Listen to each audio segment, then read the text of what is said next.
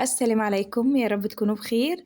النهاردة إن شاء الله هعمل معاكم محشي الكوسة بطريقة حلوة جدا. هعمله بقى في الصينية كده في الفرن وأحمر وشه بياخد لون حلو جدا، ولا بقى الخضار اللي بيبقى تحت الكوسة ده بيبقى طعمه بجد خطير. قلب الكوسة بقى مش هنرميه خالص، هحطه مع خلطة المحشي في قلب البرام كده بيبقى طعمه تحفة. هنقول بسم الله الرحمن الرحيم ونصلي على الرسول. اللهم صل وسلم وبارك عليك يا حبيبي يا رسول الله. تعالوا نشوف أول حاجة عملنا ايه. جبت طماطم ضربتها كويس جدا في الخلاط، حطيتها في حلة وحطيت معاها كمان بصل ضرباه في الكبة كده، معاها كمان حتة دهنة كده تكون حلوة بتدي طعم حلو جدا للمحشي. مش حابين تضيفوا دهنة ممكن تستغنوا عنها، بس بتدي طعم حلو.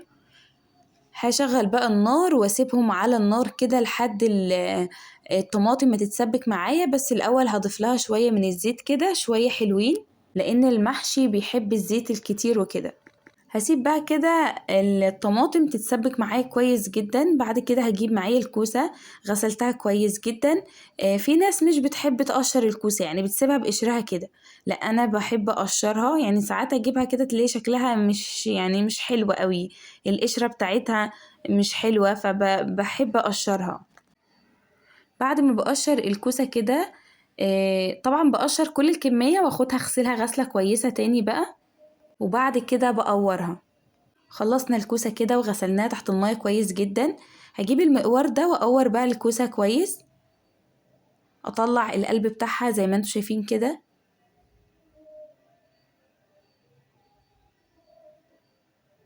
شايفين بقت بالشكل اللي انتوا شايفينه ده طبعا قلب الكوسة مش هنرميه، هسيبه على جنب كده علشان هقولكوا هنعمل بيه ايه. جبت معايا هنا رز غسلته كويس جدا وصفيته، احط بقى عليه التسبيكة بتاعت الطماطم اللي انا سبكتها دلوقتي معاكو. لما اجي اضيف الطماطم مش بضيفها كلها مرة واحدة، علشان اشوف هتبقى كتير معايا ولا لا، بضيف شوية واقلب. لقيت الرز شكله مش احمر قوي بضيف صلصة تاني، بس في الاول كده مش بضيفها مرة واحدة. حطيت بقى شوية فلفل اسود، وحطيت كمون وكزبرة وشوية ملح، ما بضيفش اي توابل تانية غير كده. هقلب بقى كويس جدا كده لحد ما اشوف معايا لون الرز هيحتاج طماطم تاني ولا لا. خلاص لونه معايا هنا احمر، يعني لونه احمر جامد وكويس. ففضل معايا من التسبيكة اللي انا عاملاها حوالي معلقتين بس مش اكتر.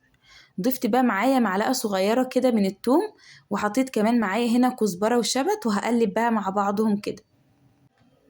هقلب بقى كويس بالشكل ده، وخلاص كده خلطة المحشي تكون جاهزة معانا. هحضر بقى الصينية اللي هحط فيها الكوسة. انا جبت معايا بصل مقطعاه شرايح بالشكل ده وهفرده في قلب الصينية كده. هجيب معايا كمان طماطم برضو مقطعاه شرايح وهوزعها كده في الصينية، ومعايا كمان فلفل. كل الحاجات دي بتتاكل بتبقى طعمها تحفة، بتبقى تحت المحشي كده طعمها خطير. هجيب بقى كده الكوسة وابدأ احشيها. بحط فيها الرز مش بضغطه، يعني ما بضغطش عليه جوه، انا بحطه كده واسيبه على راحته علشان يبقى مستوي معايا. ومش بملى الكوسة للاخر، يعني بسيب فيها شوية في الكوسة كده، يعني حوالي عقلة اصبع بس مش كتير، علشان تاخد راحتها لما تستوي ويطلع الرز مستوي معانا.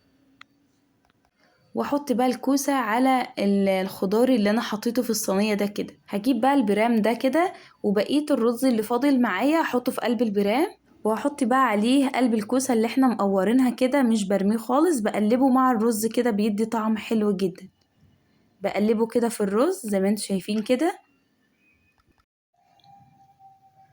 احط بقى على وشه كده معلقة كبيرة من القشطة، هتدينا طعم حلو جدا، وكمان هتخلي وشه ياخد لون حلو برضه. ومعاه كمان معلقة سمنة كده. وهضيف بقى معايا هنا لبن مغلي، طبعا مش هنضيف كتير، يعني يدوبك يكون مغطي الرز بالعافية كده.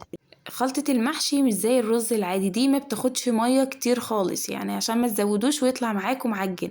ده انا يدوبك كده، يدوبك يبقى متغطي بالعافية، اللي هو يعني ايه، الرز كمان بيبقى ظاهر كمان باين كده من اللبن، علشان بس ما يطلعش معجن معاكو، لان هو فيه خضار كتير فده كله هينزل معانا مية، علشان يطلع معاكو كده مفلفل وحلو، فما تزودوش اللبن خالص.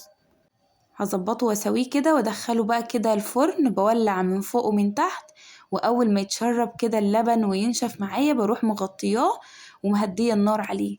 نيجي بقى للكوسة، معايا هنا شوربة مغلية، بحط الشوربة دي لحد نص الكوساية، يعني ما بكونش مغطية الكوسة كلها بالشوربة، لأ لحد نص الكوسة بس، علشان هي لما بتغلي وكده بتنزل برضو مية وكده، فأنا مش عايزة الرز يكون معجن جوه الكوسة. أغطي وشها كويس جدا كده بورق فويل أو بأي غطا يكون محكم يعني على الصينية، وأدخلها الفرن. وأول كده ما تغلي وتتشرب كل المية بتاعتها بروح مهدية النار واسيبها لحد ما تستوي معايا. أول لما بتستوي معايا الكوسة بروح شايلة الغطا من على الوش وأبدأ أشغل لها الشواية علشان كمان وشها يحمر وتبقى بالشكل القمر اللي انتوا شايفينه ده. وبكده الكوسة تكون جاهزة معانا. وكمان هنا الرز بتاعنا كمان شايفين طالع تحفة. ناخد بقى شوية من الرز ده كده نحطه في الطبق ونشوف قد ايه هو طالع معانا حلو جدا.